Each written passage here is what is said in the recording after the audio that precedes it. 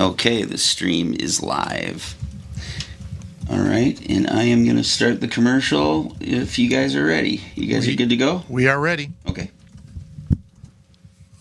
Support for Wrong About Everything comes from Minnesota's credit unions. Credit unions are locally based, member-owned financial cooperatives that return earnings to members through higher savings rates, lower loan rates, and reduced fees. Visit mncun.org for more information.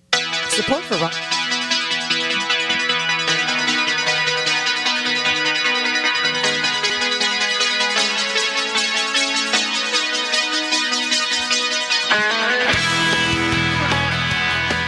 Hey, everybody. Welcome to another episode of the Wrong About Everything podcast. I am Republican strategist and Twin City Sugar, Brian McDaniel. Why'd you look at me like that? Just like having you here. I am classical liberal and temperamental conservative, Mike Franklin. I am Minneapolis cultural correspondent, Allison Nessie. And we are Wrong About Everything. And then there were three. Oh, no. Well, you guys can probably guess. I finally had enough of Amy and Javier. Mm-hmm. You know, every 14 years or no, 12 years. Every 12 years or so, you just need to set the brush afire and then watch as the new promise of spring. You hit Amy with a trident. that escalated quickly. I didn't see that coming. Yeah. No, Amy and Javier are. Javier's at the beach. Javier's at he the just beach. Posted. Oh, I assume they were reading Epstein emails. Well, it could be. Yeah. At the beach. At the beach. I'm not telling them what to do. But anyway, so we are here at the Minnesota Credit Union Network studios, deep within the recesses of MBC Studios in Northeast Minneapolis. You're on a heater today. Something's going on. No. He's been in such a good mood today, actually. He's been nice, complimentary. Where's the real Brian? Because, well, Amy and Javier are gone. My days are so easy when that happens. But we are in the recesses of MBC Studios here in Northeast Minneapolis. We've got our capable and handsome producer, Gabe Noah, in the other room. And we hope that you're watching us on the YouTubes. I have right here and right there and right there. You are watching us. I am watching us. And I hope you're watching us on the YouTube. So please like, subscribe, leave a comment. But more importantly, tell your friends. Send it to your friends. Send it to your neighbors. Send it to a total stranger. We would appreciate all of that. Let's spread the word. And we love how many downloads we're getting. But you know what? We want more. Can always have more. You can always have more. The limit doesn't exist. It does not. Want to talk about limits existing. Mike Franklin. Yeah. I don't know why I said that. Yeah. Speaking of segues. Speaking of segues. Yeah, it's important to have limits, or else you have to call our good friends at Bradshaw and Bryant. Bradshaw and Bryant, their entire team of attorneys and staff is dedicated to providing the legal advice you need, combined with the service and personal attention you deserve. If you have questions about how they can assist you with a personal injury, wrongful death, or criminal defense matter, do not hesitate to contact them. Consultations are free. Please contact them at 800-770-7008 or at minnesotapersonalinjury.com. And then we have a new sponsor. We do. Woo! We do. The Minnesota Licensed Beverage Association. I love my beverages licensed. Yes. Yes. Yeah, Unlicensed unlicensed. beverages. No, we were talking about No. We were talking about limits earlier. You know what? Drink within your limits. Drink responsibly. Mm-hmm. This is not Wisconsin. No. I guess you could be listening in Wisconsin. You could be listening anywhere. It's a podcast. Don't let your geography stop you from listening. No. There are no limits. Yeah. The electrons But, flow where they flow. Mm-hmm. Since 1952, the Minnesota Licensed Beverage Association has been helping licensed beverage retailers in the state of Minnesota with information resources, educational programs, and government affairs services designed to promote and protect their business. All member retailers of the MLBA understand that with them, you are not alone. And with what happened on the federal level, as it came to certain THC beverages, they feel very much alone. I bet that's true. There are companies and growers and retailers that are very much left in the lurch by that. So we have 12 months to fix it. Tell your congressman, hands off your... I think think it's going to be fine. Congress is so good at fixing things. Oh, they're great. Yeah. Well, And if they don't almost a unanimous bill. if they don't break it, then they can't fix it. There you go. Full Employment Act. Yeah, yeah. So anyway, why? Speaking of things Congress can't fix. Well, wasn't there yet. Oh, sorry. You might want Spoiler. to read that run sheet that I slave over You for got it you. right there. It's good. Anyway, why I was a little cheeky with saying the recesses of MBC Studios is that I was at an event on Saturday where two Plymouth City Council members, Julie Peterson and Clark Greger, they were there. They informed me that they are not dicks, and that Councilmember Peterson is the one who put in the suggestion box, stop saying bowels. Oh. Yeah. I wondered why we were no longer in the bowels. No. Bowels. I mean, because Javier wanted me to no longer say that word, but that's not enough. But you know what? Listener says it. And Happy listener, notably, not a dick. Not Yeah. a dick. Not a dick. Yep. At the same event, which was not a city council led endeavor, also bumped into Farmington City Council member Jake Cordes. Was he a dick? He is not a dick. Yes. And in fact, his wife worked at my daughter's middle school. And one time she said to my daughter, my husband listens to your dad in the shower. Absent context is the best way to offer that observation. So that's fun. That's fun. Well, anyway, thank you, Council members Peterson, Greger, and Jake Cordes for helping to teach me about healthy boundaries. I have specifically had to turn off this podcast in the shower for the reasons that I can't have your voice in my bathroom. No, it's not. I wouldn't want it there, but it's with me all day. And us all day, too. Except when I do my spot on Bill Clinton. I think that's later in the agenda. Is it later on the agenda? It looks like it's coming right up. I did not sleep with that president. Hillary. But anyway, hey guys, I cannot believe that Javier is not here for Epstein Day? For Epstein Day. It is Epstein Day. It is. I mean, they have the internet in Puerto Rico. Our long national nightmare is continuing. It's probably really just starting. So anyway, we had some movement on the Epstein files, and remember, there's not really files, per se. It might just be stacks of paper and this and that and doodads and stuff like that. But we're gonna get to find out a lot of it. Bunch of zeros, bunch of ones. Yep. Because the Senate approved a House-passed bill that would require the Justice Department to release files related to convicted sex offender Jeffrey Epstein, effectively sending it to President Trump's desk. Now, Trump kind of, was really poo-pooing releasing them, and then kind of just said, fine, do it. So I don't know if he signed it yet, but I think he's going to sign it. Expected to today. Yeah. So They have 30 days after he signs it for the DOJ to turn over a bunch of stuff. I think obviously they're allowed to redact some things, but I think we're going to find out some stuff. My prediction is we're going to find out way less than everybody thinks we are. that's been my prediction too, based on nothing because I have no idea what's in there, but also just based on my observation of how things actually work. My guess is it's going to be a profound disappointment. I mean, let's not set ourselves up for disappointment. But I did think it was interesting. After the House bill passed, Speaker Mike Johnson was trying to lobby Senate Majority Leader John Thune to add what he called more protections for whistleblowers and victims. But John Thune said, "Nope, we're good."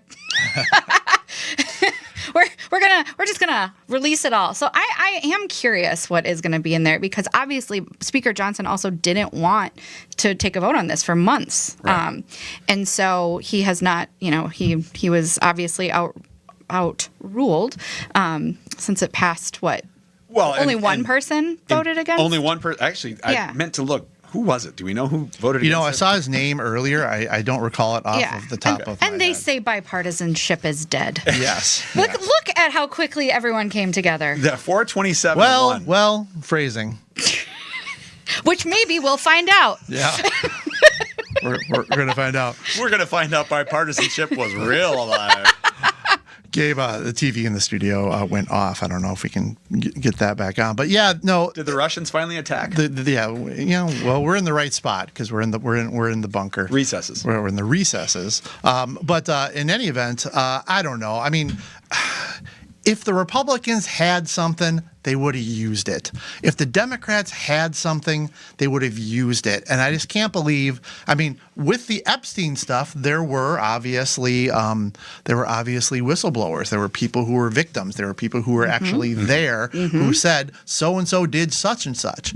And with Trump, in the emails that they loved to send out with redacted names, it was, and I'm gonna say her last name wrong, Virginia Joffrey, something like that. I actually don't. Giuffre. Thank you, Gabe. So she was the person who they're claiming, said that Trump knew of everything and had flirted with this and that. But when she is absolutely on record as saying that wasn't true, and anyone who listens to this program knows. I'm no Trump defender. I mean, he's my spank this week. If they have something on him or any of these guys, throw the book at them as hard as you possibly can, because it's the most disgusting stuff in the world. But with and how did you say it, Gabe? Giuffre. Yep. But Ms. Giuffre, who did take her own life earlier this year, she is the person who was in the picture, the famous picture with Prince Andrew, or former Prince Andrew. It's just Andrew Windsor Mountbatten now. Mountbatten. Mountbatten.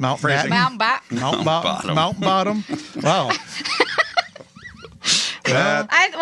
That seems more appropriate. They couldn't call it Freudian if it weren't. Mountbatten. Yeah, Mountbatten. Yes. So Prince Philip finally got his last name attached to somebody. Yeah. For those of us who watched The Crown. It's so poor true. Prince Philip. Poor lamented. So she's he's that fine. person. So she has been very upfront, and she actually, I don't want to say is complimentary of Donald Trump, but she has said that he was not inappropriate with her. She never saw him be inappropriate. She worked at Mar-a-Lago, and she did say, she's the person who said that Trump told Epstein you can't recruit here, essentially is what it was. So I'm not saying that makes Donald Trump time man of the year. It doesn't.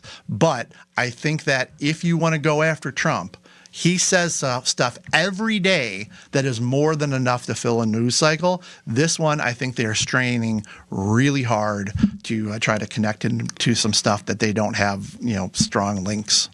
41 women have accused him of rape and sexual assault. I actually have a friend's aunt who worked for the Trump org in the 70s, and he would always grab her chest. It's actually made her quit her job. So he has credible accusations of. He also bragged about it. He also, did brag about grabbing women by the cat. So it's not hard to draw a conclusion seeing how close they were. So but there isn't evidence. And yes, Virginia Giuffre. Thank you. Did work at Mar-a-Lago as a teenager. Her dad worked at Mar-a-Lago his whole career. So they were close with the Trump family. So maybe, I don't know. I'm going to hold out until anything else may arise, but I'm a big fan of Occam's razor. One of my favorite razors. I haven't been using it very much in the last few weeks, but it seems to me, I think Brian already mostly said it, but I feel like we did have a Democratic president and Justice Department for most of the last 5 years. You'd think that if there were, which by the way, was predicated on the entire notion was stopping Trump. And if there was something in there that was more than what Allison just went through, most of which we already know about, and Trump kind of openly brags about, I think we'd seen it by now. Well, but if not, Get it out there. Yeah, get it out there. Let's I mean, go. I applaud them for eventually, voting to release the files. Obviously, I think that the reason why Mike Johnson and others had They didn't have the votes. Well, they didn't have the Yeah. votes because they were afraid of what Trump would do. And Because a big chunk of his caucus are in this sort of like Epstein conspiracy world, which again, this might be important stuff. I feel like we must have solved all the other problems if this is and highest thing on our list. I'm not saying that anything that Allison just said is not true. But what I would say is that there are people that have said he did this to me, Yeah. and in this particular case, there is not a victim. There is just our emails, redacted emails, out of context, and I just think that it makes it easier for Trump and Trump supporters to say fake news to everything when something is closer to fake news than real news. Now, speaking of that. We don't know what this is, but Mark Epstein, The brother. yeah, of Jeffrey Epstein, has shed some light on the Bubba controversy. Mm-hmm. Who is Bubba? And because and I can't remember, was this something that came out of one of the emails? Is that what it was? Yes. Where there is the insinuation that Donald Trump engaged in sexual activity with Bubba. And for those of us in politics, when we hear the name Bubba, who do we think of? I mean, I think of my favorite president, Bill Clinton. He's your favorite president? No, he's not. No. I think of Forrest Gump's but sidekick. I grew up in the 90s, so like it is, a nice, I have fond memories of his presidency because I was a child. Yeah. I became politically aware in the 90s, and I find it very hard to believe that I also think fondly upon those times. But fondly I do think about those times. I was in college, so you guys shut up. In fact, in my class, I teach American government at Concordia University every fall, and our last class period on Tuesday, we are on chapter 12 of our book, where we're talking about Article 2 of the Constitution, the executive branch, the presidency, and when we were talking about which is behind Article 1, by the way. It is behind Article 1. Never forget that. But in it, we were discussing the different roles and powers that the president has, and one of which, of course, is the power to pardon, and also they go through what impeachment is. And so I had to teach the class. These are the three presidents that have been impeached, and none of them have been removed, and here's why. And I went through Andrew Johnson, and then I went to Bill Clinton, and there was one student. I won't say her name. There was one student who seemed to be very well versed in all the reasons why why Clinton had some trouble back in his day, and I did not enlighten them too much, but I did tell them to Google it. Well, I think to a younger generation, it's kind of shocking why he was impeached, because it's like when you grow, when you've engaged in politics in the last 20 years, it's like that seems like a Tuesday. I mean, what? Well, it seems so quaint. It's so cute. And fooling around with an intern is not bribery, treason, or a high crime and misdemeanor, but he did lie about it. So the impeachment came from his perjury. Yeah.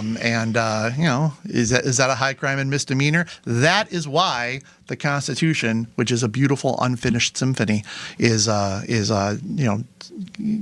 some gray areas. It's silent on what constitutes a high crime and misdemeanor for this reason.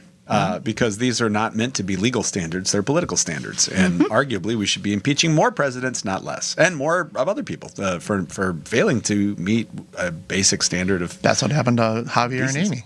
They've been impeached. They've been impeached. High crimes and misdemeanors.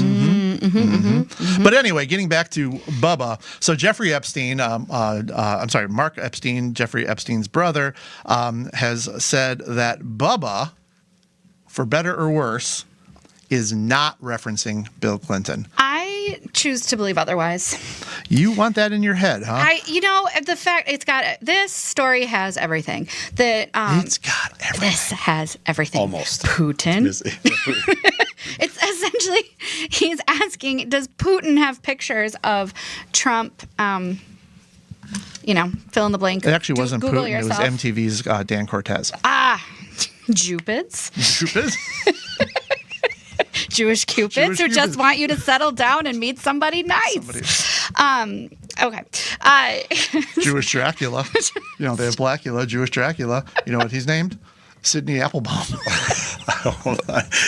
Saturday Night Live, copyright is theirs, not ours. Yes, written by John Mulaney, the famous Siphon sketch. Anyways, it really does have everything. Does Putin have photos of Trump? Something, Google yourself. Bubba. If there's not a more succinct summary of the last 15 years of American politics, I can't come up with it until my spank. That's actually, that's a good point, Mike. Thank you. But it kind of shows, and we're having fun with it, and I don't think that we think that happened, at least not the way it's being. But we don't know. We don't know, allegedly, right? But I think it shows a little bit how far each side will go to believe something a la presidents from Kenya, a la whatever it might be, to try to attach something negative to our political opponents. Because in this one, the people who are being trusted in this, supposedly if there's any validity to it at all, are Putin and Steve Bannon, who is Paragons of virtue. Yeah, so if all of a sudden Vladimir Putin and Steve Bannon are worthy sources of information, well, I think that's a dangerous precedent to set, and one that we should not celebrate or revel in. I think they're worthy sources of blackmail. I think that's kind of what they do. So, This whole thing is gross. It's pretty gross. I think we should just talk about it for the rest of the show. I hope this means it's over, but I fear we've just we've just gone to Act 3, or maybe even Act 2. But part of this too is that if we're willing to make stuff up, why don't we have people that are saying, "Yep, I was one of the girls, and this is what Trump did to me"? Yeah, you mean somebody's got enough money to get someone to say that? Absolutely. Well, I mean, Stormy Daniels has enough money. I was going to say we've seen it happen on comparatively lesser crimes and misdemeanors, if you will. Yeah. So what do we think about Stacey Plaskett? And as I understand, I came in late. That's why we started a little late today. So I apologize on it. But when I came down, I know that you guys were talking with Gabe about Ms. Plaskett, who narrowly avoided being censured by the body. 3 Republicans broke and went with the Democrats on that for her contact with Jeffrey Epstein, as far as him helping prep her for congressional was it hearing or meeting or whatever it might be.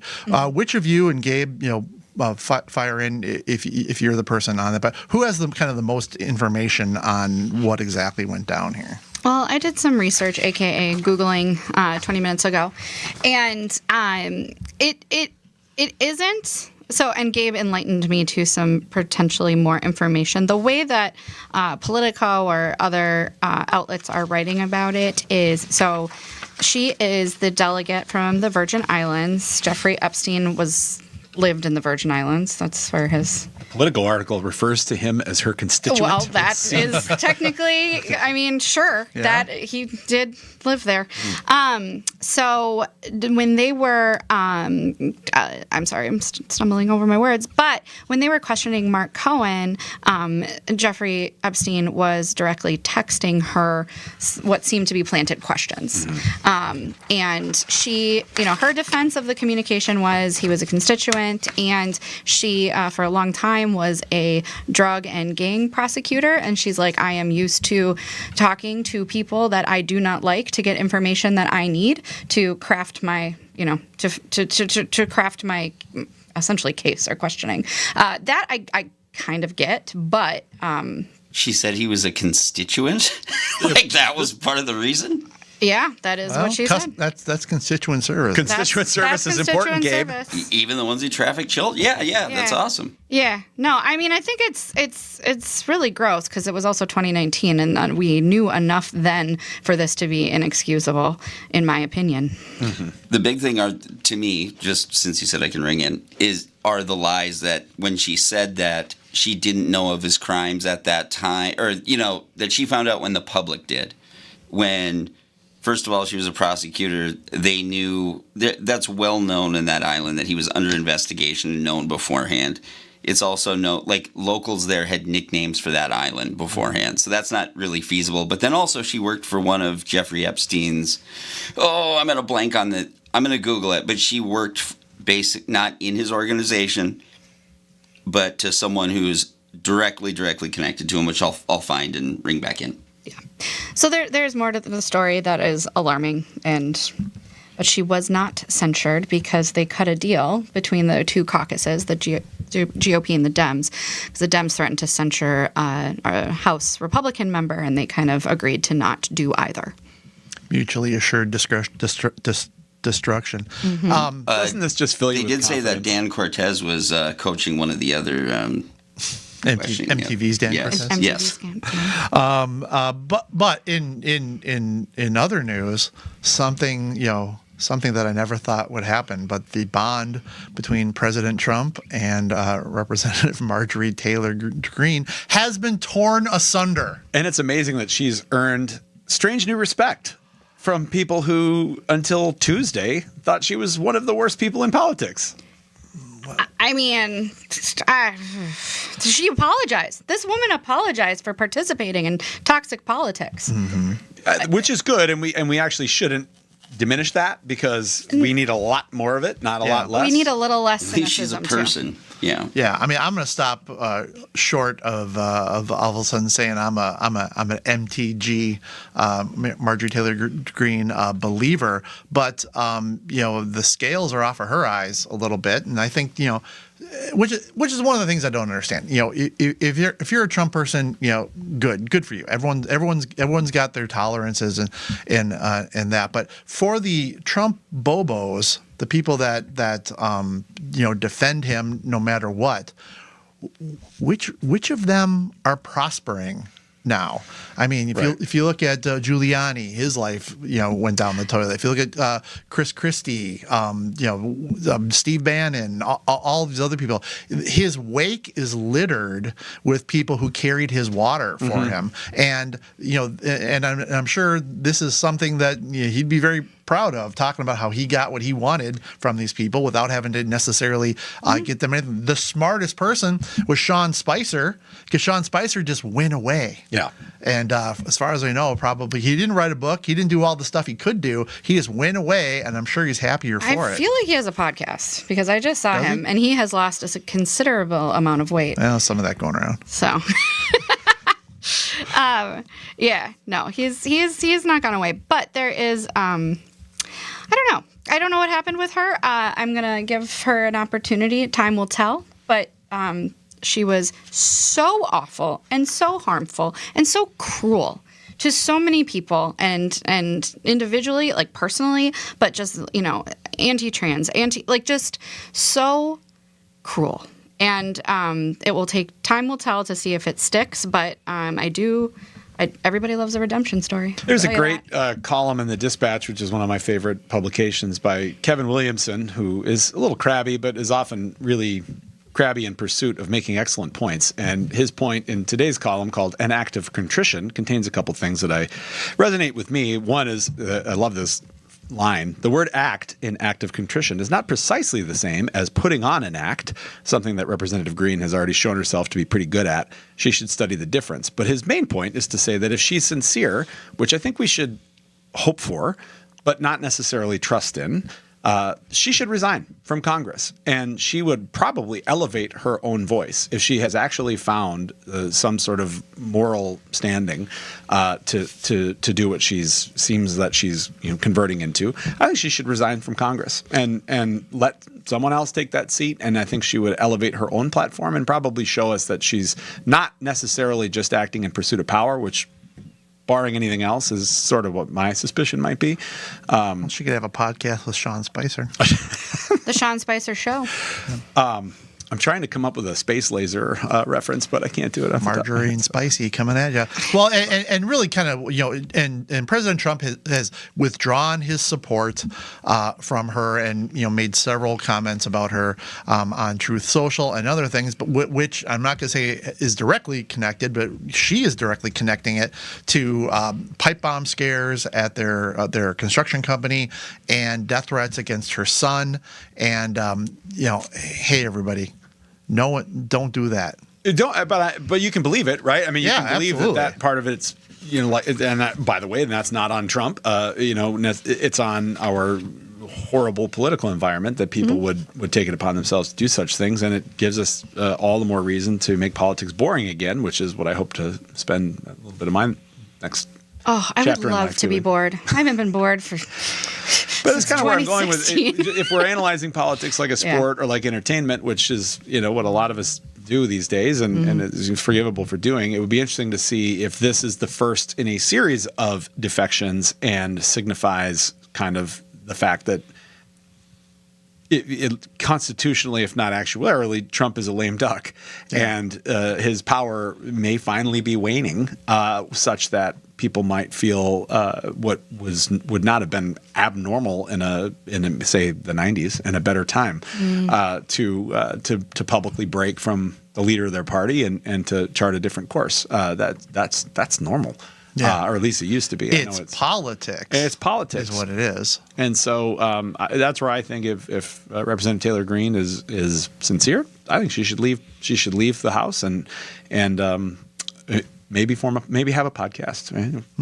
Maybe form a family band. She can talk about the affordability crisis. She could. That is, it's and important. healthcare. And healthcare. Yeah, healthcare is very important. It's a part of the affordability crisis, one might say. Well, and for all the conservatives that are pulling out their hair listening to this, saying, well, why is nobody defending Trump or this or that? Well, I don't have to, but I also think that if Marjorie Taylor Greene leaves, the institution and the country will be well served by her taking some people with her.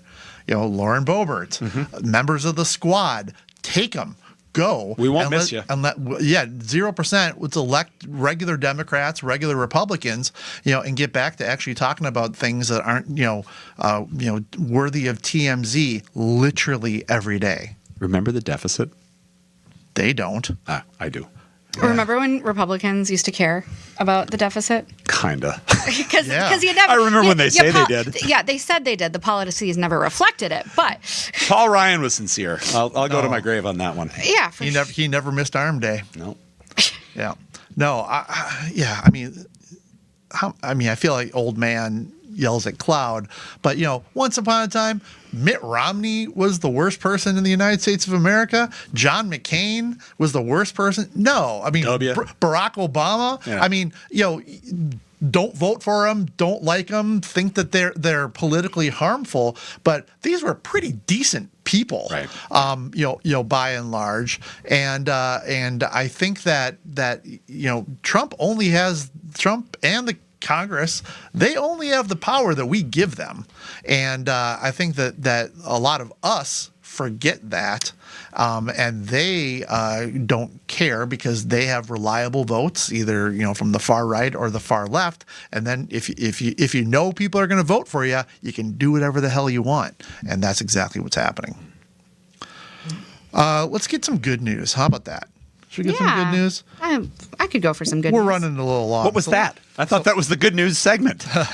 Well, let's have this be the only thing we talk about in Minnesota sports. But Minnesota sports. I'll talk about Minnesota sports later. Yeah, but on this program, and with Marjorie Taylor Greene and her family, we were just talking a little bit about political violence, and of course, the most devastating, important thing that happened this summer was the assassination of Melissa Hartman and her husband, and the attempted assassination of John Hoffman and his wife and his daughter. And the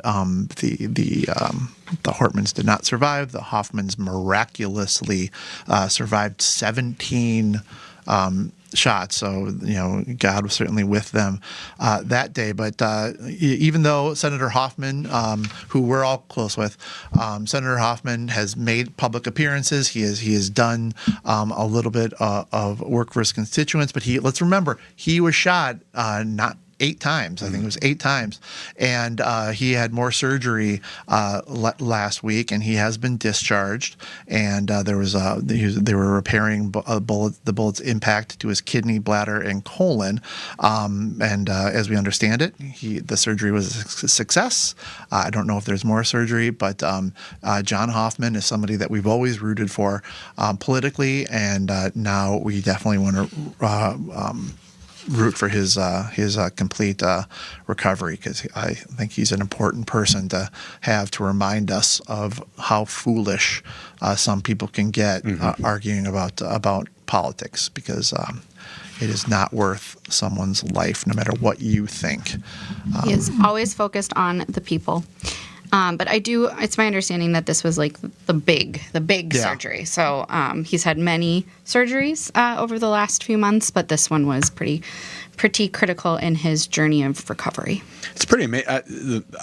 I know him less than you all do. I've never had a bad experience with him per se, and I agree with what Brian just said about his very important symbolism going forward. Which is just another burden he's going to be asked to carry in addition to all the others. But just as a human being, when he said he was going in to have this surgery, it was like, wow, the pain he must have been carrying. I mean, physical pain for the past 4 months, 4 months since the shooting. It's just got to be June 14th. Okay, so 5 months. So it's got to just be unbearable. And it was shocking to me that he still had this much left ahead of him, because for 3 of those months he's been relatively public, and I agree with everything you both said, and wish him nothing but the best, and believe and trust that he'll play an important role in what comes next. Yeah. Let's go to plugs. Anybody have anything? You and I are going to be on Almanac on Friday. Oh, good. Yeah. Good. I did not know who else was on. It's me. Do we know who the other people are? No. Okay. Not me. Not you. It's not Mike. Not Mike. Sorry, guys. And Amy was on, I think, last week, so potentially not her. So Amy and I, every Tuesday, are on the BS show with Bob Sansevier. So please find us wherever you find your favorite podcasts. Listen to us right after Sean Spicer. And then Amy, every other Friday, is on the Al Travis show. And sometimes I fill in for her there. And that is the same thing. And those are both a ton of fun for us to do. I also have a new podcast with a friend of the program, Carla Bigham, called Wrong About Sports. So you can find that on YouTube. And this week we talked about the Bears-Vikings game. And then, as Allison said, I will be on Almanac this Friday. But there are 2 things I want to talk about as far as Shannon Watson, who is a great friend of the program and runs a terrific. She just had a comment. She just posted things. She misses the tan suit. Not only a great callback to the show, Yeah. but also reminiscent of better. Remember when Obama wore a tan suit? Oh, I do. And everybody lost their minds? Oh, my God. It was so beneath The Office. It was. There it is. It's Shannon Watson. I'm not going to lie. Summer. I probably had a problem with it then. I'm sure you did. When we debated serious things. Yes. Yeah. Oh, Obama. Thanks, Obama. But anyway. Sounds like what they do in Kenya. Yeah. But Shannon Watson leads a fantastic group called Majority in the Middle, and they're celebrating their 5-year anniversary. And they had this last weekend, they had their 2nd annual Purple Party. And 2 years ago, the podcast as a whole, I think, Allison, you were with us on that. Yes. We, didn't do a podcast there, but did a speaking engagement there, and then this week I was able to do comedy at the Purple Party, and it was a lot of fun. Were you funny? From the reaction, sometimes. That checks out. I was going to say that's been my experience. Periodically. Yeah. Not unfunny. Not unfunny. Sometimes you got to learn important lessons about healthy boundaries. Recesses. Evidently, we weren't quite there yet, but it's okay. It's okay. Any big swings and misses you care to share? Because I'm dying to know. I'll tell you. I'll tell you after the show. Yeah. There was one ginormous one. Oh boy. Yeah, I respect you more already. yeah. But in any event, I got to do comedy there, but I support the Majority in the Middle monthly. Hopefully you will too. But they're fantastic and worth your time. And then actually tomorrow we tape on Wednesdays. Tomorrow, Thursday, is Give to the Max Day, and I am actually going to be performing at the Strike Theater in Minneapolis as part of a big fundraiser for the Strike Theater on Give to the Max Day, where they are going to do 12 hours of comedy and monologues and improv. All you? Nope. What hour did you get? I Brian? got the coveted 2:00 in the afternoon. Oh, wow. You've made it when? Whoa. Well, they wanted to make sure that I had no distractions. Brian's a not ready for primetime player. Yeah, something like that. But anyway, I was super glad to be picked to do it. Stage time is always good, and it'll be the first time I'm performing at Strike. So please go to my Facebook, and you can find a way to contribute to the Strike Theater. And I would appreciate if people would do that as well. Mike Fotis runs it there. He's been on our show before, so they're good people. He's a big Cubs and Bears fan, so I'm sure that's probably the only reason I got on. So, Gotta have a reason. okay, let's do Spanks and Things. Who wants to go first? I can go first. So along the way, within the last couple of years, I heard of this Olivia Nuzzi person. Nuzzi. Ostensibly a journalist. Cutesy Newtsy. Cutesy Nuzzi, is that what they call her? No, I just said Well, apparently she's written a book, and also her ex has started a Substack. His name is Ryan Lizza. He's I had heard of, a fairly prominent DC reporter. So I guess my spank this week is to the entire DC political media blob, which seems to have merged into one giant, terrible reality show. Apparently in Lizza's Substack, he goes down a path where he describes their relationship, he and Nuzzi working on a book together about the presidential election, only to find that his beloved has been acting inappropriately with, I don't know how far he goes, I didn't actually read his Substack, but I heard it described, with Keith Olbermann. He's on the list too, but this was with a candidate for president at the time, and then I'm nodding, I heard about this. There's RFK, right? No, apparently this was in 2020, and she had a terrible relationship with Mark Sanford, who you might remember. Yeah, the guy who disappeared into the Andes. Yeah. So this is why I spanked the whole DC political media blob, because if the point of today's show could be summarized into one story, I think it might be this one, not the one we talked about earlier, but it sort of like reinforces that we are governed by and reported to by largely terrible people. And it's like sort of like we're as you learn more about this story, you just want to stop listening because it's basically Real Housewives of the Acela Corridor or something like that. But we need people can only be people can only react to the information they get, and the information they're getting is not being sort of objectively given to them by people with reporting with a skeptical eye. Another thing I learned about Miss Nuzzi is she got her start in journalism after leaving the failed Anthony Weiner for mayor campaign.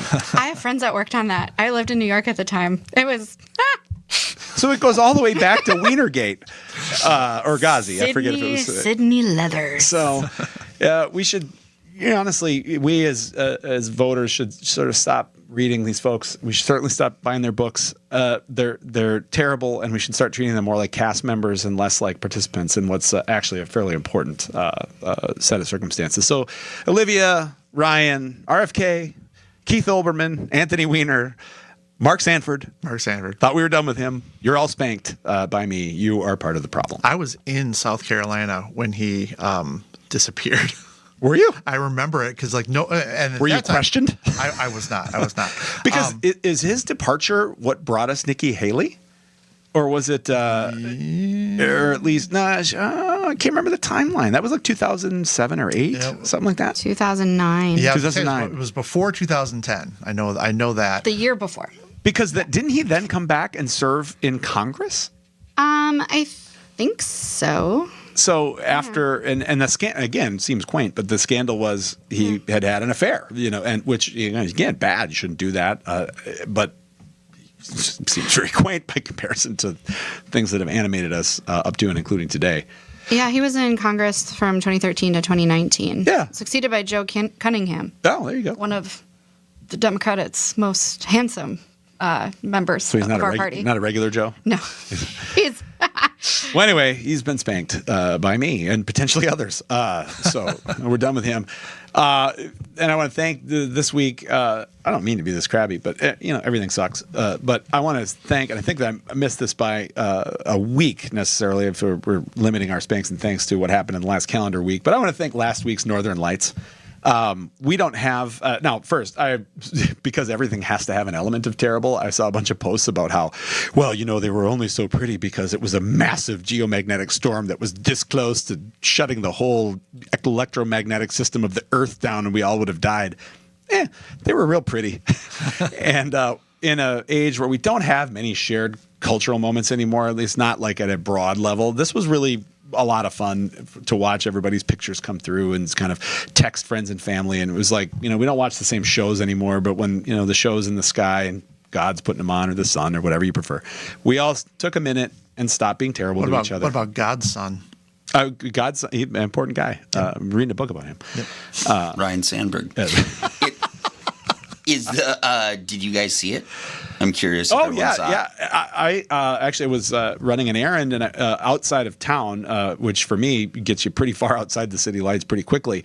And my phone started to blow up, and I was watching pictures come through, and I went, "Oh yeah, I forgot that's tonight." And so I pulled over, shut my lights off, and looked through my cell phone. I got some awesome pictures. So it was really really cool. And my wife, for the first round of the Northern Lights, she was driving to our cabin. I couldn't go up, so she was driving, and she had to pull over and just observe. Took a couple of pictures, which were beautiful. But one of my bucket lists, not to sound like a privileged douche, but I want to do one of those things like in Iceland or wherever it is, where like you get to be in an igloo that is clear on top, and then I just want to like fall asleep with that as my canopy. You know who's done that? Who? Brother Joe, my brother-in-law Joe. Yeah, okay. We'll get you a deal. Yeah. Tell him. He's got a guy. He's got a guy. Got a Northern Lights. Got a Northern Lights guy. That's really outdoorsy of you. You're not really. Well. Oh no, they have it's fully climate controlled. And they have all, I am aware of the glamping. Yeah, this is a yeah. But I'm a little surprised. But yeah, that's cool. He'll probably shut the hatch and turn on a terrible reality show instead of a friend of mine just went pheasant hunting in a glamping fashion with he got a last minute invite to something that was above all of our stations, and he's describing it to me. It sounded fine. It sounded fun. Sure. I called my dad about the Northern Lights. I go, "Hey, the Northern Lights are out there." He goes, "Nah." He just wasn't interested. He's like, "Nah, not interested." You seen one light, you've seen them all. Yep, I guess. And obviously, we know that it's it's more science than anything else. But whenever I see just something that is so devastatingly beautiful, I mean, that's where God lives. I mean, that God did that, and I just. The Northern Lights are something that I didn't get to see. I didn't get to see them either time. You posted that picture with essentially the same caption at McDonald's. I was going to say, he also did it at his wedding. I said, actually, he's been using because of climate change. Which wedding? In any event, so yeah, that was beautiful. And thanks for reminding everybody, Mike. It was nice for a couple of days to just have everyone's feed essentially be the same picture over and over and over. Some things can bring us together. I mean, massive geomagnetic events. Yep. So. Giddy up. Allie. All right. I mean, this week is heavy. We spent a lot of time talking about a man who sex trafficked children. And so I have 2 spanks because I'm going to stay in a negative space. But my first spank is a little more cheeky. It's to an author at CNN who put together a Hanukkah gift list idea. And I don't think they've ever met anybody Jewish, because these are the most ridiculous things I have ever seen in my life. So, and I do want to, I heard about it today. Jordana on WCCO is talking about it, and so I had to go look at it, and I was like, "Oh my God, this is amazingly ironic." So the first item is a snowman ornament that's wearing, and the snowman has a little sweater on with a menorah and is holding a dreidel, but it's an ornament. Why would you give a Jewish person an ornament? What are they going to hang it on? The Hanukkah bush. It's a bush. It's a Hanukkah bush, but it's not standard practice. Sometimes catches on fire. Yeah. Stay out of my bush. Another item is extra virgin olive oil, and it says something that they could even use, the Jews, could even use to fry latkes during the holiday. You don't fry a latke in extra virgin olive oil. You put that in straight up vegetable Crisco oil. Everyone knows this. Yes. And then lastly, I mean, there's a whole, Google it, it's amazing. But there's a candle, latkes and lights is the scent. And if you've ever made latkes, you know your house smells like it. And it just smells like fried oil. And it's a list that clearly was not put together by someone of the Jewish faith or who had ever met anybody who might be Jewish. If you were to put Allison and I together, we make half of a Jew. We do make half of a Jew. And if you think Jews control the media, absolutely not. This is so wrong. This is proof. Yeah. My second spank is Best Hanukkah gifts under $100. Camp Snap camera. It's just a camera. It's just a camera. Every Jew needs a camera. Yeah. I don't understand. Great find, Allison. This is terrible. This is Jordana. We're getting dangerously close to my joke that bombed. Oh, well. Anyway, sorry. Okay, my second spank is serious.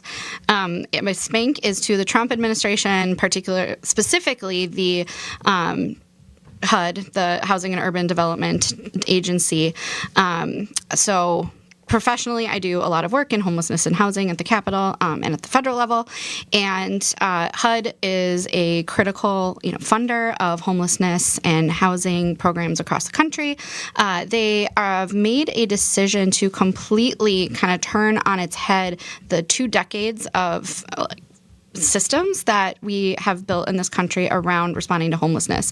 And that is the solution that we know works, which is permanent supportive housing. Because if people who are chronically homeless, living outside, typically need assistance when they move inside. And that comes just like thinking about like case management services, getting medications, making sure people have food, making, just like the day-to-day life of transitioning into living indoors. And because it's a huge adjustment and people need help. Oftentimes they're suffering with substance use disorder, mental health issues, etc. And so there's usually, services. When we say services, we mean a broad breadth of things.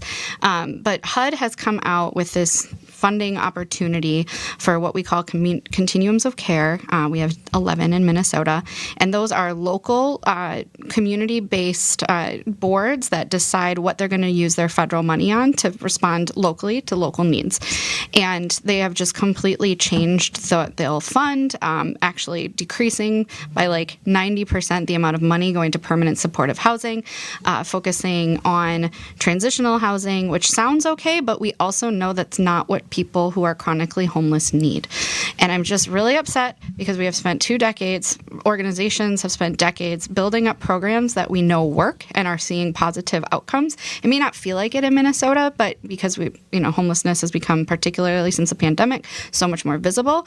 But we do a pretty good job in Minnesota compared to other states. I'm really proud of our state investments, our federal investments. And this just jeopardizes so much, and it will just harm so many people. And I'm just, so you're spanked, HUD.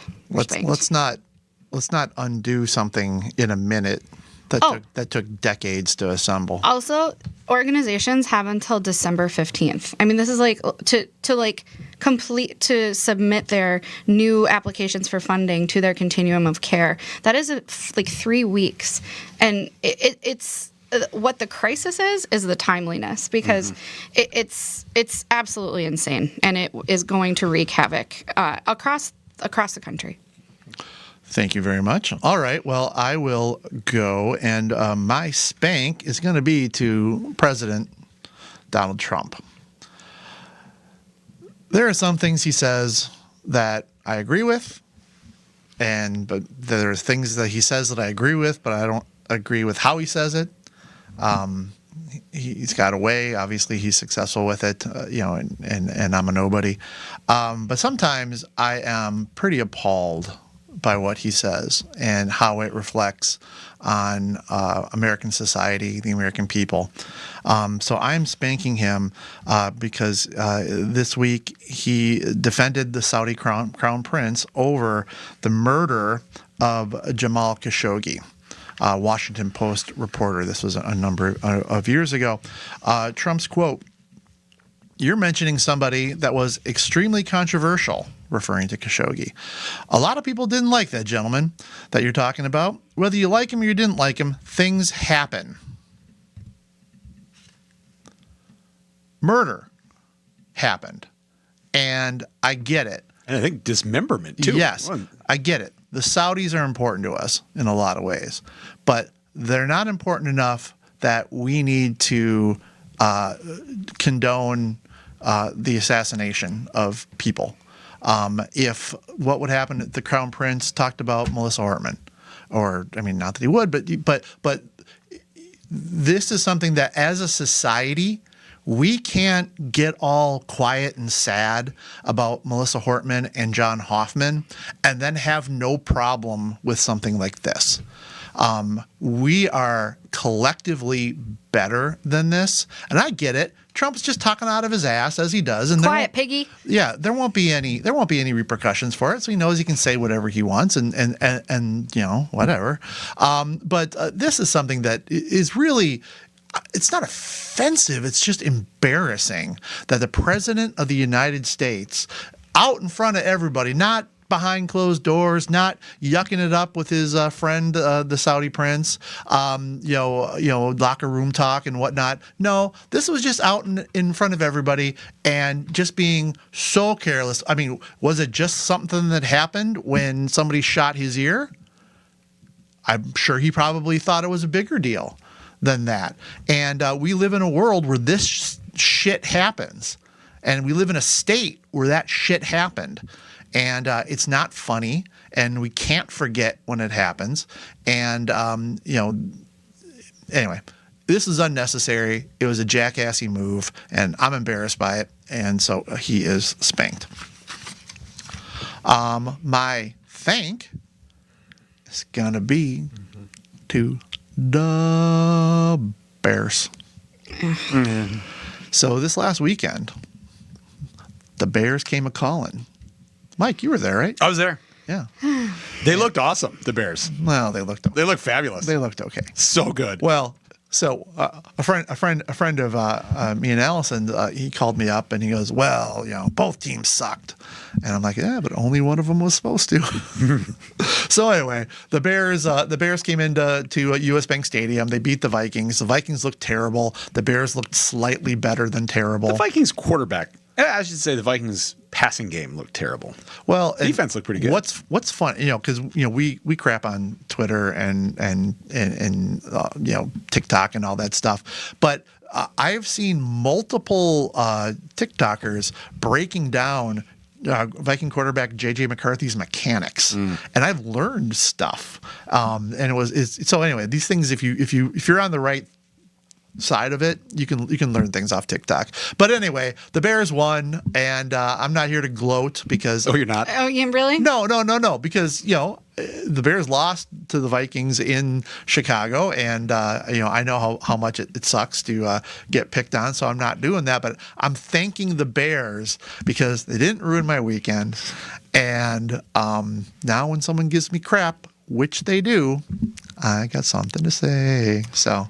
Bear down. I do want to say that the president, Kevin Warren of the Bears, announced today they're doing like $5 tickets so more kids and families can come and actually go to a game, which I think is really cool. That was not my experience at US Bank Stadium.